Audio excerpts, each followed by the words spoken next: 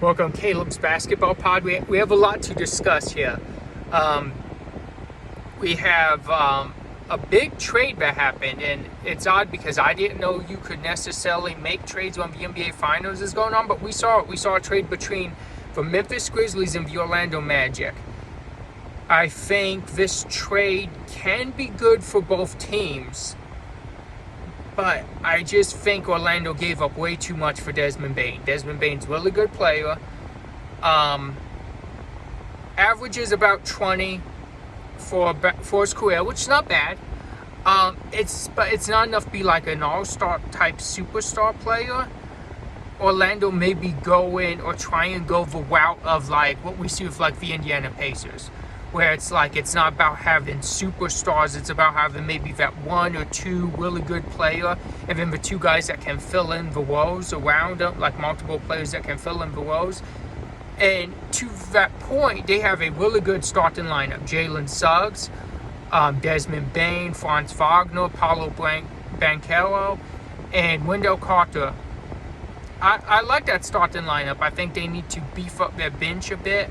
I believe you have Jet Black coming off the bench, Bataze, Mo Wagner, and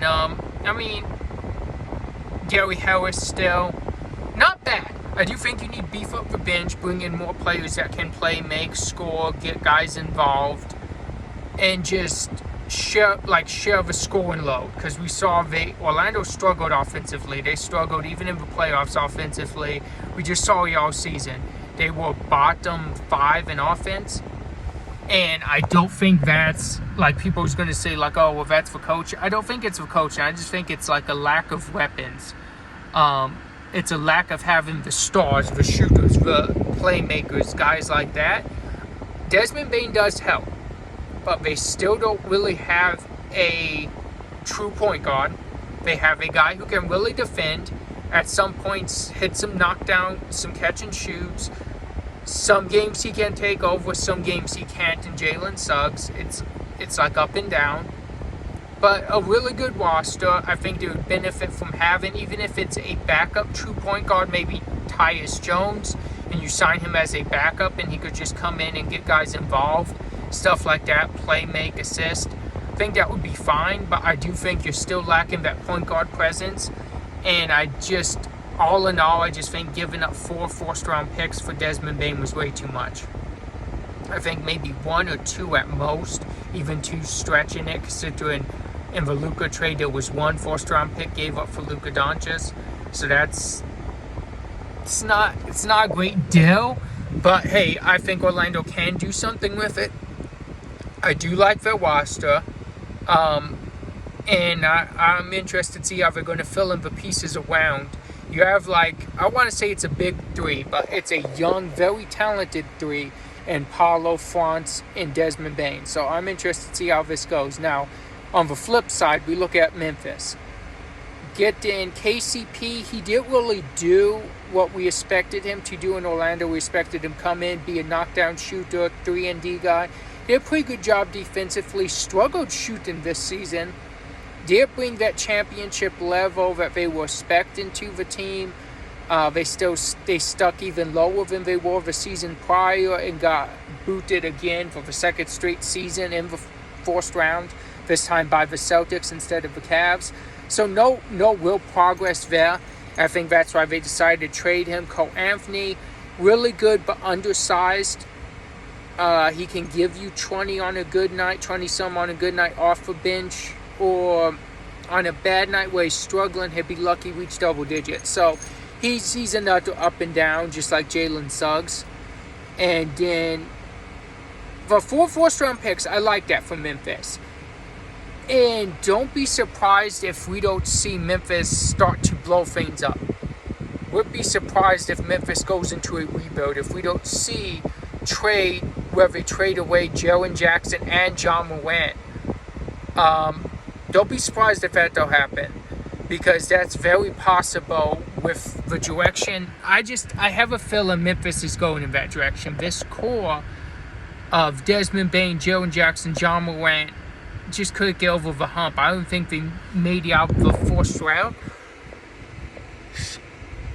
So it's very interesting to see that they got rid of Desmond Bain. Don't be surprised if the other two don't follow and they start, because you got 4 first-round picks for Desmond Bain. You could flip that for a star. That's one route to go. Or you could start a rebuild and you already have 4 first-round picks in your rebuild. So I think at this point it's 50-50, and maybe without saying anything, you just look around and you see what you could get from Jaren Jackson and John Morant. And there's interest in New York already for Jaren Jackson Jr., so interesting to see. And I want to see the direction Memphis is going in. If I had put prediction on it, I would say they're going to go towards the rebuild stage. And I think we'll see more of that maybe in the coming weeks. Now let's talk about NBA Finals.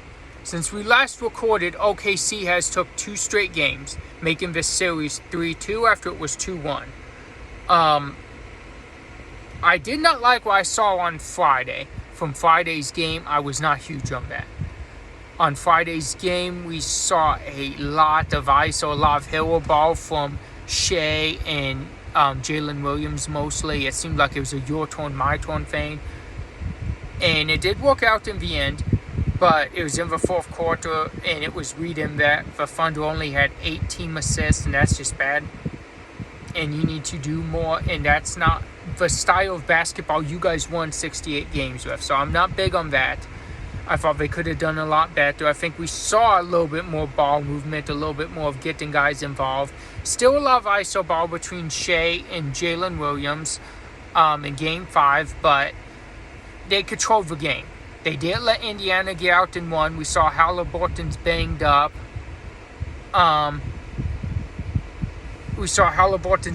He's dealing with a calf strain. He's not even playing. He missed a bit of the game. He may not play in the next game because they're going to see the severity with an MRI on how bad this strain is. He may be out. But he put up 4 points. The game was not really close towards the end like people projected or expected. And OKC just kind of went away with it. I just think that at this point, Halliburton may play, and if he does, he's banged up. I see OKC finishing in the next game. But Indiana has a chance. I think you have more of a chance now knowing that Halliburton's banged up and he's not going to play than you did beforehand when he's trying to play through it. And I think you get game plan different now. And you don't rely on Halliburton's points. Because even if he plays, it's going to be like he's not playing. It's going to be like he's kind of like a different player that can't do as much. These calf strains are tough and they can get really severe. We saw it with Aaron Gordon, and we saw how hobbled he was against the Thunder. And in Game 7, he just didn't do much. I think it's nil closing time.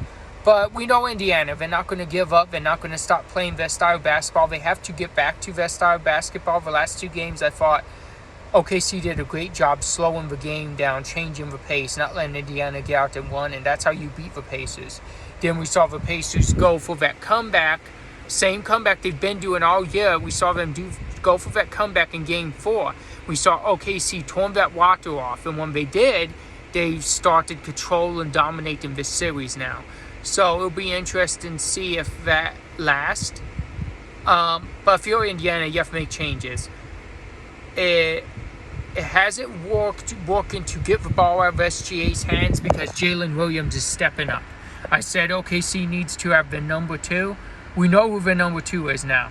It's Jalen Williams. We saw him put up a playoff career high of 40 points in the NBA Finals. If he has another game like that and he closes them out, he could very well be in consideration for the Finals MVP.